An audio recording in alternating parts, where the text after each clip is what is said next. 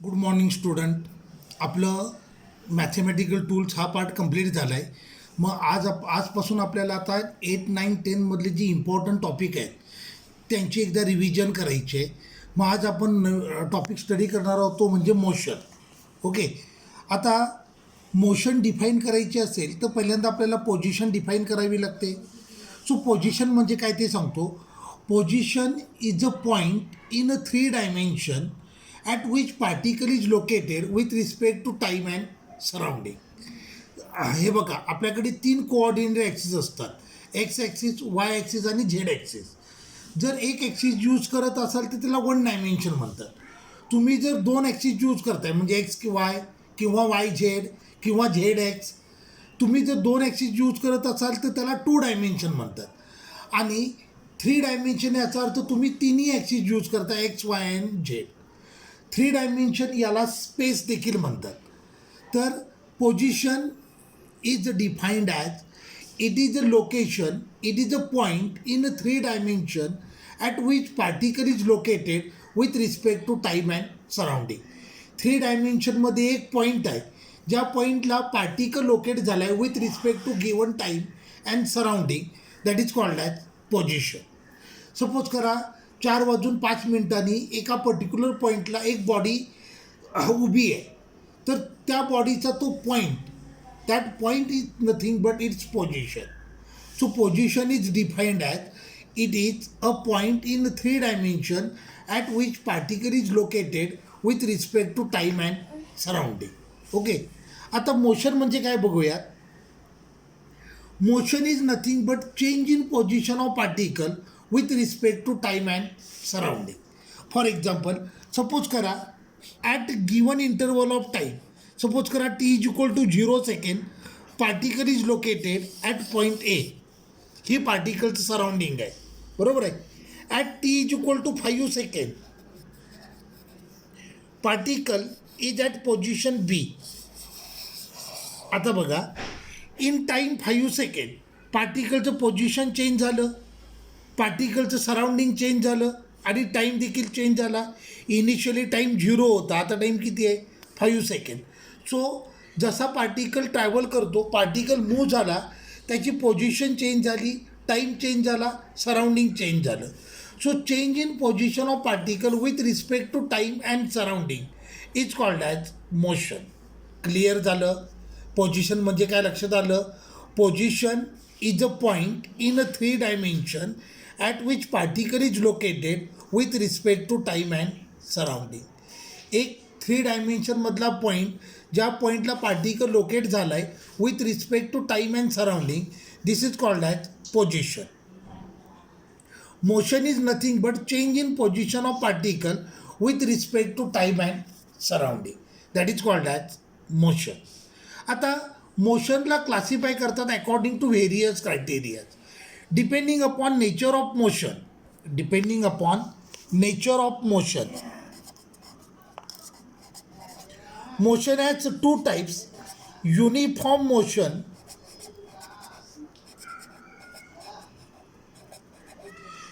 and non-uniform motion. Depending upon nature of motion,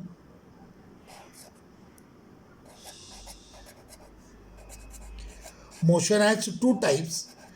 Depending upon nature of motion, motion is classified into 2 groups: uniform motion and non-uniform motion. ओके. आता uniform motion म्हणजे काय ते बघूयात. Suppose करा this is point A, particle is at point A at time t is equal to 0 second, बरोबर आहे.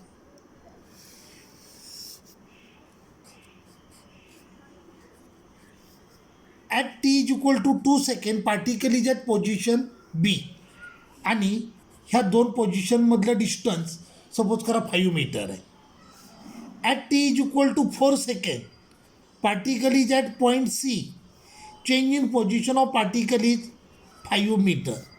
At t is equal to 6 second particle is at point D, change in position is 5 meter. At time interval t is equal to 8 seconds, particle is at position E, change in position is 5 meter. आता सगळीकडे बघा, time interval आहे तो 2 सेकंडचा आहे. हा time interval 2 second आहे. हा time interval देखील 2 सेकंड आहे. आणि हा टाईम इंटरवल देखील 2 सेकंड आहे. आता युनिफॉर्म मोशन म्हणजे काय बघा, change in position of particle in equal interval of time, then motion is called as uniform motion. Uniform motion is defined as when there is equal change in position of particle in equal interval of time, then motion is called as uniform motion.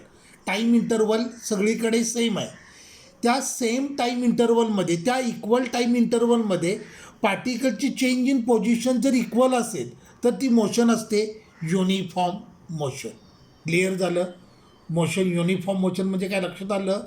when there is equal change in position in equal interval of time, then motion is called as uniform motion. For example, motion of earth around sun, motion of satellite around earth, motion of electron around nucleus, ह्या किंवा motion of fan, ह्या सगळ्या motion कोणत्या असतात? Uniform motion असतात. आता मोशनची दुसरी type आहे ती म्हणजे नॉन युनिफॉर्म मोशन. आता पुन्हा बघा, at t is equal to 0 second, particle is at position A. At t is equal to 2 second, particle is at position B, and change in position is suppose करा 3 meter. At t is equal to 4 second, particle is at position C, change in position of particle is suppose करा 10 meter. At t is equal to 6 second, particle is at position D, change in position is 5 meter. At t is equal to 8 second, particle is at position E, change in position of particle is 4 meter. आता इथे बघा, time interval same आहेत. पहिला time interval 2 second आहे, दुसरा time interval देखील 2 second आहे, तिसरा टाईम इंटरवल 2 सेकंड आहे आणि चौथा टाईम इंटरवल देखील 2 सेकंड आहे. पण ह्या इक्वल टाईम इंटरवलमध्ये पार्टिकलचं चेंज इन पोझिशन कसं आहे? अनइक्वल आहे. पहिल्या 2 सेकंडमध्ये चेंज इन पोझिशन 3 मीटर आहे, नेक्स्ट 2 सेकंडमध्ये चेंज इन पोझिशन 10 मीटर आहे, नेक्स्ट 2 सेकंडमध्ये चेंज इन पोझिशन 5 मीटर आहे, नेक्स्ट 2 सेकंडमध्ये चेंज इन पोझिशन 4 मीटर आहे. So when there is unequal change in position in equal interval of time, then motion is called as non-uniform motion. Motion of vehicle is non-uniform motion. तुम्ही ज्या वेळेला गाडी चालवता त्यावेळेला traffic नसताना तुमचं change in position जास्त असणार आहे. जिथे ट्रॅफिक असेल तिथे चेंज इन पोझिशन कमी असणार आहे. बरोबर आहे? सो ही मोशन कोणती असते? Non uniform motion. when there is unequal change in position in equal interval of time, then motion is called as non-uniform motion. आता दोन मोशनमध्ये लक्ष द्या.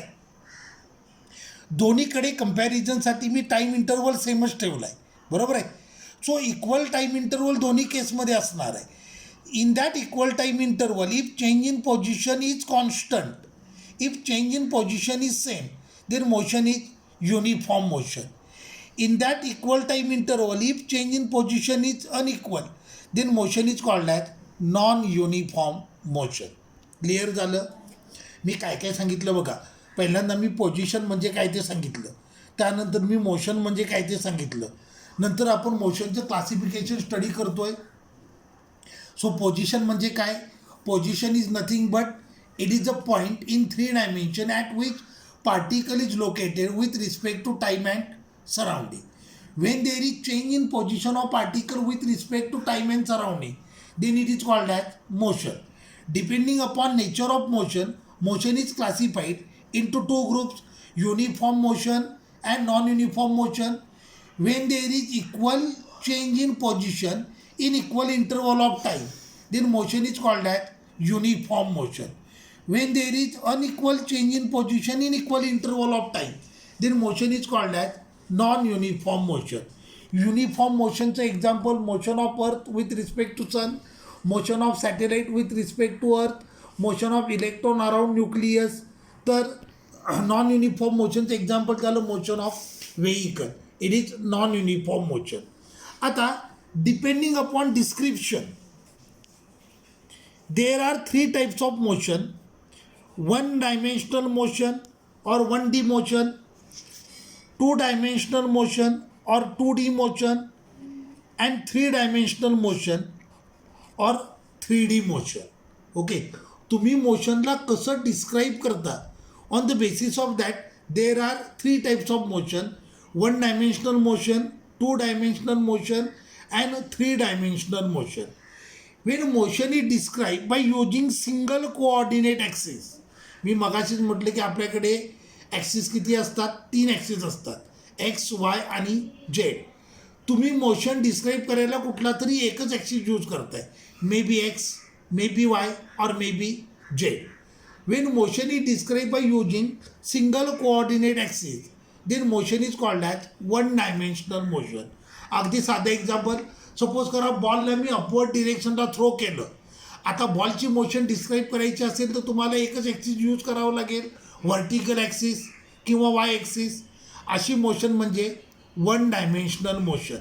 सगळ्या लिनियर मोशन असतात त्या 1 डायमेन्शनल मोशन असतात. क्लिअर झालं. Then 2 dimensional motion. When motion is describe by using 2 coordinate axis, may be X and Y, may be Y and Z, may be Z and X. Motion describe करायला जर तुम्हाला 2 coordinate axis लागत असतील तर त्या मोशनला म्हणायचं 2 dimensional motion. When motion is describe by using 2 coordinate axis then motion is called as 2 dimensional motion. For example motion in plane. Suppose करा आपल्याकडे कॅरम बोर्ड आहे, हा झाला एक्स ॲक्सिस, हा झाला वाय ॲक्सिस. कॅरम बोर्डवर स्ट्रायकर मूव्ह होतोय. आता ह्या स्ट्रायकरची मोशन जर तुम्हाला डिस्क्राईब करायची असेल तर तिथे 2 ॲक्सिस लागतील, एक्स आणि वाय. तर ही मोशन म्हणजे 2 डायमेन्शनल मोशन. सगळ्या प्लेनमधल्या मोशन असतात त्या 2 डायमेन्शनल मोशन असतात. Motion in plane is 2 dimensional motion. When motion is describe by using 3 coordinate axis then motion is called as 3 dimensional motion. तुम्ही सपोज करा बॉल थ्रो केला असेल तर बॉलची मोशन डिस्क्राईब करण्यासाठी तुम्हाला 3 ॲक्सिस लागतील, x Y and Z axis.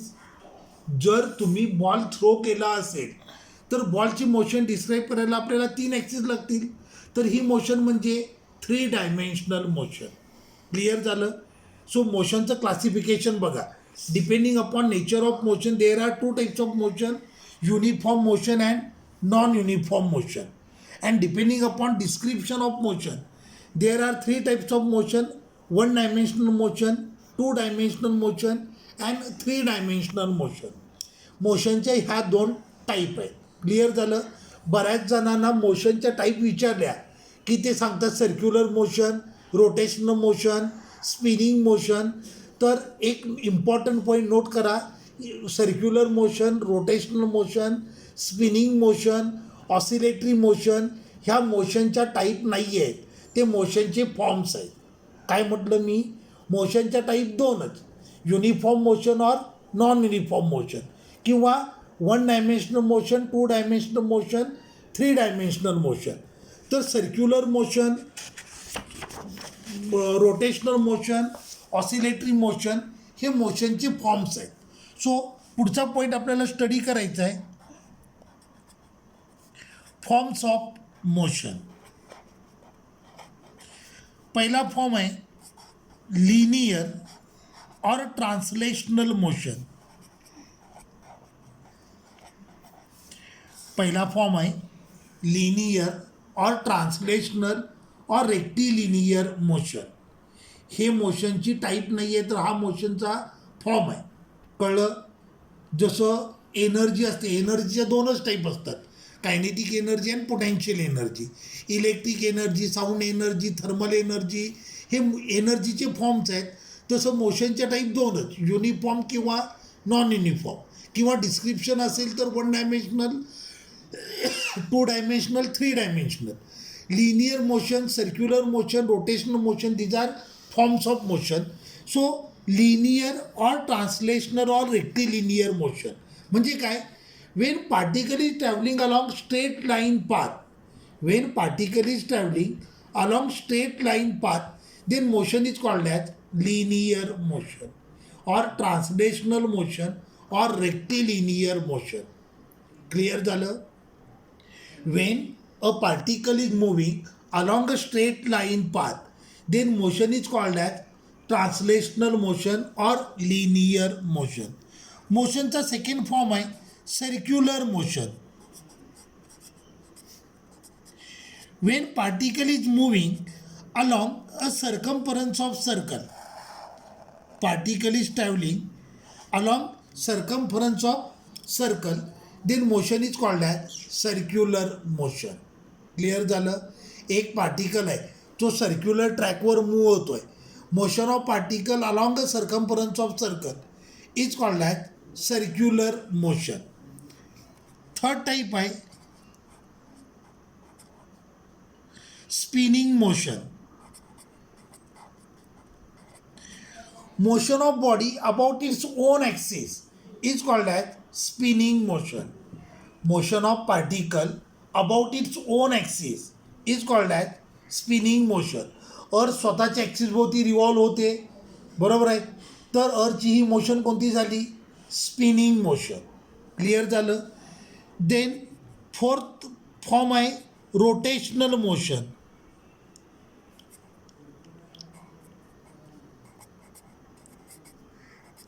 Rotational motion. आता एक बॉडी आहे ती स्वतःभोवती स्पिन होत होत एका फिक्स पॉईंट भोवती रिव्हॉल्व होते, तर या मोशनला म्हणतात rotational motion. For example motion of earth with respect to sun.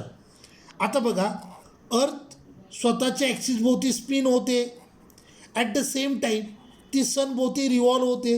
He motion म्हणजे rotational motion. A body is revolving about its own axis, at the same time it is moving about some fixed point. That motion is called as rotational motion. Clear झालं? अर्थ बघा, अर्थ स्वतःच्या axis भोवती spin होते आणि त्याच वेळेला ती सन भोवती रिव्हॉल्व पण होते. मग motion of earth with respect to sun ही काय झाली? Rotational motion. स्पिनिंग मोशन आणि रोटेशनल मोशन या वेगळ्या आहेत. बॉडी स्वतःच्या ॲक्सिस भोवती जर रिव्हॉल्व होत असेल तर ती मोशन झाली स्पिनिंग मोशन. बॉडी स्वतःच्या ॲक्सिस भोवती स्पिन होत होत दुसऱ्या फिक्स पॉईंट भोवती रिव्हॉल्व होत असेल, दुसऱ्या फिक्स पॉईंट भोवती सर्क्युलर मोशन परफॉर्म करत असेल, तर त्या मोशनला म्हणतात rotational motion. Motion of earth about its own axis is spinning motion. Motion of earth with respect to sun is rotational motion. Rotational motion is a combination of spinning motion and circular motion. एक body स्वतःच्या axis भोवती spin होते, at the same time about fix point ती revolve होते, तर या मोशनला म्हणायचं रोटेशनल मोशन. पुढचा इथे व्हायब्रेटरी मोशन और ऑसिलेटरी मोशन.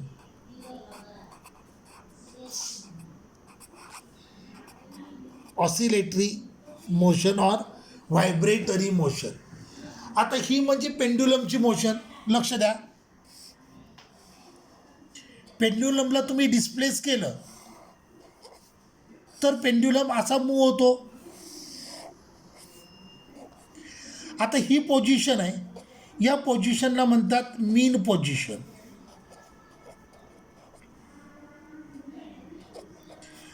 तर या पोझिशनला म्हणतात एक्स्ट्रीम पोझिशन.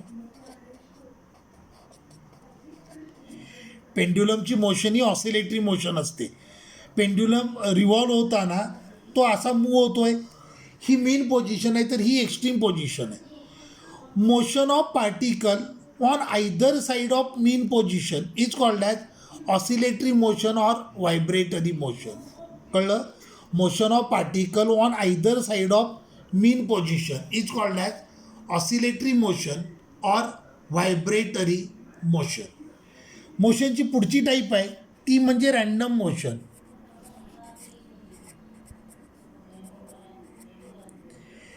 गॅस मॉलिक्यूल असतात, गॅस मॉलिक्यूलची मोशन कोणती असते? रॅन्डम मोशन असते.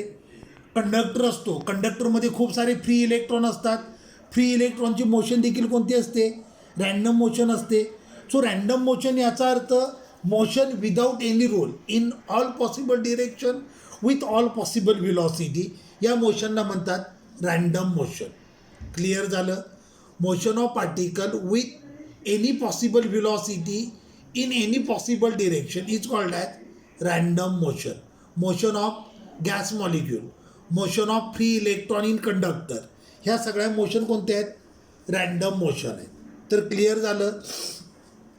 मोशनचे फॉर्म लक्षात आले. मोशनचा पहिला फॉर्म आहे लिनियर मोशन और ट्रान्सलेशनल मोशन और rectilinear motion. Motion of particle along a straight line path is called as linear motion. दुसरा फॉर्म आहे तो circular motion. Motion of particle along a circumference of circle is called as circular motion. Spinning motion, motion of particle about its own axis is called as spinning motion. Rotational motion, when body is spinning about its own axis, at the same time it is revolving about some fixed point, then motion is called as rotational motion. आता रोटेशनमध्ये पण बॉडीचा final track सर्क्युलरच आहे, बरोबर आहे. So rotational मोशनला consider करतात special case of circular motion. Circular आणि रोटेशनमध्ये डिफरन्स काय आहे? बॉडी स्पिन न होता फक्त सर्क्युलर ट्रॅकवर मूव्ह होत असेल तर ती मोशन सर्क्युलर असते. आणि बॉडी स्वतःच्या ॲक्सिसभोवती स्पिन होत होत जर फिक्स पॉईंट भोवती रिव्हॉल्व होत असेल, फिक्स पॉईंट भोवती सर्क्युलर मोशन परफॉर्म करत असेल तर ती मोशन असते रोटेशनल मोशन. दुसरं आहे ते ऑसिलेटरी मोशन. ऑसिलेटरी मोशन म्हणजे मोशन ऑफ पेंड्युलम, किंवा घरात आपलं वॉल क्लॉक असतं बघा, त्या क्लॉकचा पेंड्युलम जो परफॉर्म करतो ती व्हायब्रेटरी किंवा ऑसिलेटरी मोशन असते. या पोझिशनला म्हणतात मीन पोझिशन आणि या दोन पोझिशनला म्हणतात extreme position.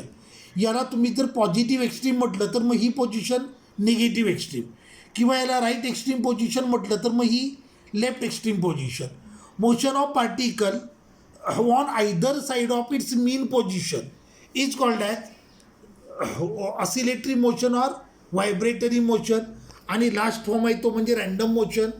So motion of particle with any possible velocity in any possible direction is called as random motion.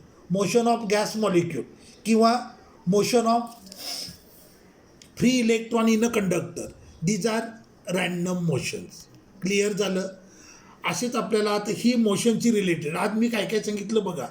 आज मी पहिल्यांदा तुम्हाला पोझिशन म्हणजे काय सांगितलं, त्यानंतर मी तुम्हाला सांगितलं मोशनची डेफिनेशन, त्यानंतर classification of motion according to nature, uniform and non uniform.